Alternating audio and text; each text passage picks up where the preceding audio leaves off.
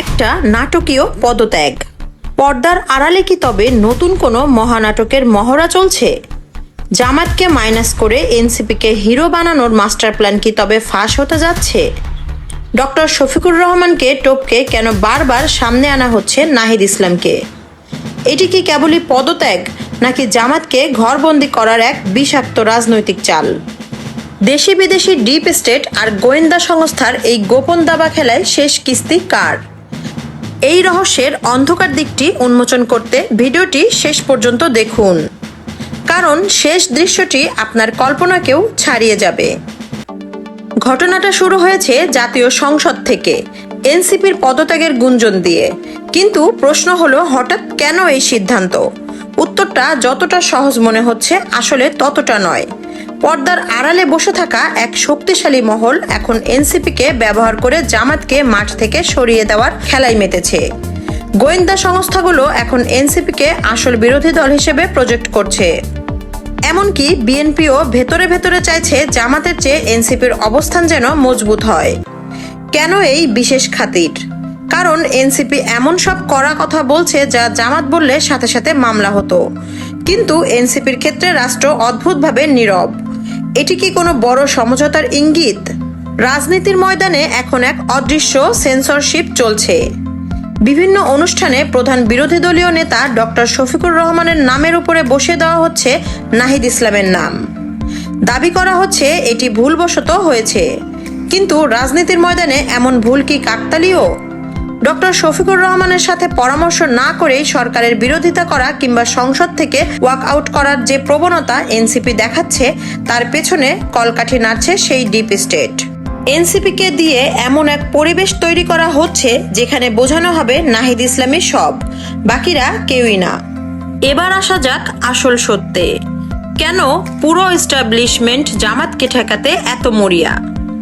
উত্তরটা হলো দুর্নীতি। জামাত এমন একটি দল যারা দুর্নীতির প্রশ্নে জিরো টলারেন্স নীতিতে চলে। গোয়েন্দা সংস্থা এবং সুবিধাভোগী মহল জানে জামাত ক্ষমতায় আসা মানে তাদের দুর্নীতির সাম্রাজ্য ধসে পড়া। এমনকি জামাতের নিজেদের কেউ দুর্নীতি করলে দল তাকেও ছাড়ে না। এই কঠোর অবস্থানই তাদের জন্য কাল হয়ে দাঁড়িয়েছে। তাই গৃহপালিত বিরোধী দল হিসেবে এনসিপিকে প্রাধান্য দেওয়া হচ্ছে, যাতে দুর্নীতির চাকাটা সচল থাকে। এনসিপির জনপ্রিয়তা বর্তমানে কেবল টক শো আর ফেসবুক পোস্টের ইম্প্যাক্টে সীমাবদ্ধ। সারোয়ার তুষার কিংবা হাসনাত আবদুল্লাহর পোস্ট ইন্টারনেটে ঝড় তোলে ঠিকই, কিন্তু রাজপথে আন্দোলনের সময় তারা কি পারবে জামাতের মতো কর্মী বাহিনী নামাতে? ঢাকার বাইরে 10 জন মানুষ নিয়ে মিছিল করার সক্ষমতা কি এনসিপির আছে?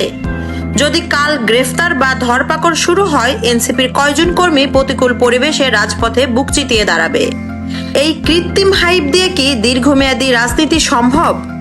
জামাত বিশ্বাস করে এনসিপি কেবল একটি ক্ষণস্থায়ী বুদবুদ মাত্র।